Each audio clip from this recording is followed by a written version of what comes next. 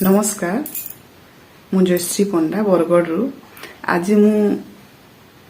गोटे कथा कहवाक चाहूँगी जहाँकि क्यों चोरी कले कौन दोष लगे सेटा मु कहवाक चाहूँगी क्यों चोरी क्यों जन्म हुए बा क्यों पाप लगे ताहा आज कहूँ गीत माध्यम कहूँ शुणवे मु निजस्व लेखाटा क्यों चोरी क्यों जन्म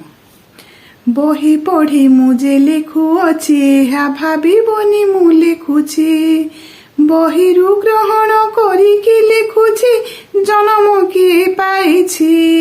କେଉଁ ପାପ ଦ୍ୱାରା କେଉଁ ଜନ୍ମ ଯେ ହୋଇଥାଏ ପର ଜନ୍ମେ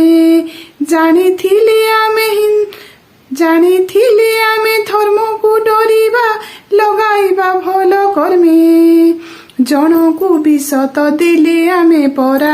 ଜନମ ହେବା ପାଗଳର ଖାଦ୍ୟକୁ ଚୋରାଇ ଖାଇଲେ ପରା ଜନମ ନେବା ମୂଷାର ମିଛ କଥା କହି ଭଲ ଲୋକ ହେବା ଜାଣିଥାଏ ଭଗବାନ ତାକୁ ତ ଜନମ ଦିଏ ପ୍ରଭୁ କୁନ୍ଦା ହୋଇ ଦିଏ ଦଣ୍ଡ